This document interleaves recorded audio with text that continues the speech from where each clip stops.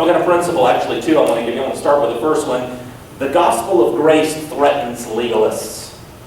The gospel of grace threatens legalists. If you're around me for any period of time, you know I'm a big believer in grace. I hate the rules. I don't hate the rules because I'm a rule hater or a rule breaker, although I am sometimes in my heart, certainly. But I tell the students in the school, you know, I would burn the rule book of Seacoast Christian Academy tomorrow if I could get you guys to just obey one rule, one commandment. After that, you can burn the book. Love the Lord your God with all your heart, soul, mind, and strength, and your neighbor as yourself. If you believe that to your core, just like it's written, burn the rule book. You don't need it. You don't need to be told how to dress. You don't need to be told how to behave. You don't need to be told to do your homework, respect the teacher, any of that other stuff. Love the Lord your God with all your heart, soul, mind, and strength, and your neighbor as yourself. Forget the rules. You don't need to be told how fast to drive or how slow to drive or what time to get up or what to eat or any of that other stuff. It isn't the rules that are going to make you holy. It isn't the rules that are going to change you in the inside. The rules are there for rule breakers. And if you preach grace, the people who love rules will hate you. If you say stuff like that long enough, people will hate you. I was telling Scott Lehrer the other day that Martin Luther had a close friend named Melanchthon, and Melanchthon ended up taking over for Martin Luther after Martin Luther died, and he really put to foot a lot of the teachings of Martin Luther and really launched the Reformation. And he gets very little credit, but Melanchthon was kind of this squirrely sort of guy, and he just could not wrap his brain around all of this grace preaching for a long, long time. And so Luther, who was a great sinner, would say to Melanchthon, you know what you need to do, Melanchthon? You need to go out and have a real good sin so you've got something to confess. Because I'm tired of your weenie sins. Go have a good sin and then come back and confess it. I know what that sounds like. Oh, he's licensing sin. No, he's not. He's licensing honesty. Because the truth is, Melanchthon was a really great sinner. And when you preach grace, when you believe grace, when you apply grace in your life, it'll tick you off. Because rules give power to people. Grace puts the power invested in God, where it always is anyway. The rules are there for the rule breakers. The gospel of grace always threatens the legalists. The trouble is, if you're a blacklist creator, the trouble is to stay on the right side of the blacklist. If you're a legalist, your desire is to be on the right side because of the rules, but man, it's hard to stay right for very long.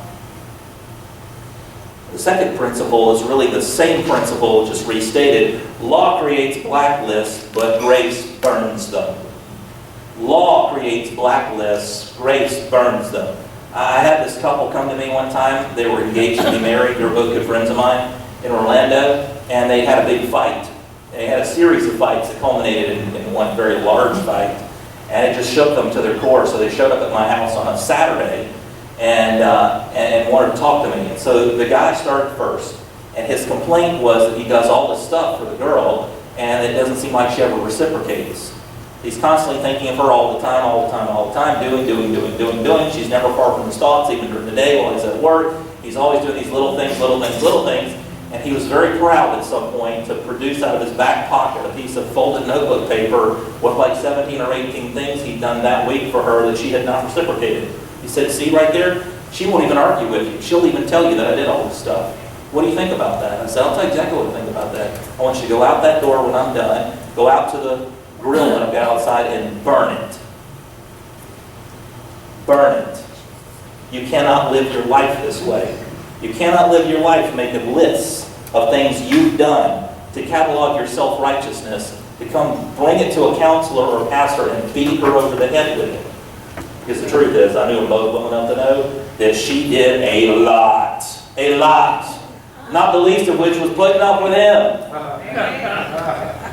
You got to burn that stuff. Law creates blacklists. Grace burns them. I was in a Presbyterian church before I came here, and part of what Presbyterianism is about, it is about meeting together as elders with people from other Presbyterian churches and deliberating over issues. And a lot of those issues have to do with how we let pastors in and let pastors out. And there was a pastor that was coming to Jacksonville, and he was being examined by about 100 of us on one particular day. and they wanted him to tell his story. And his story was that he'd been a pastor for 17 or 18 years, and it was discovered that his wife was having an affair with the youth director behind his back. And when he found out, of course, you can imagine the betrayal and all the rest of the stuff that would go with that and all the scandal that would come on the church. And so a lot of pressure was put on him. What are you going to do? What are you going to do? So he went to her and he said, after a few days and after a lot of praying, he said, here's the deal. There's nothing here that the gospel can't cover. I wish I could tell you that she said amen. But what she actually said was, but I love the other man. And he repeated that story through his own tears, and he said, there's nothing here the gospel can't cover. He got it covered and moved on with his life. She didn't. Are there things in your life, are there people in your life that you need to say there's nothing here that the gospel can't cover? Is your gospel big enough to say that? There's nothing here your betrayal can't be covered by the gospel. There's nothing you've done to me or anybody else that can't be covered by the gospel. Is that the grace of God that you believe in, or would you rather hold on to your blacklist? The question's not, are you on a blacklist?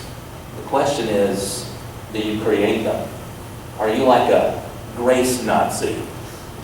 Because law creates blacklists. Grace burns them. You got any lists you need to burn?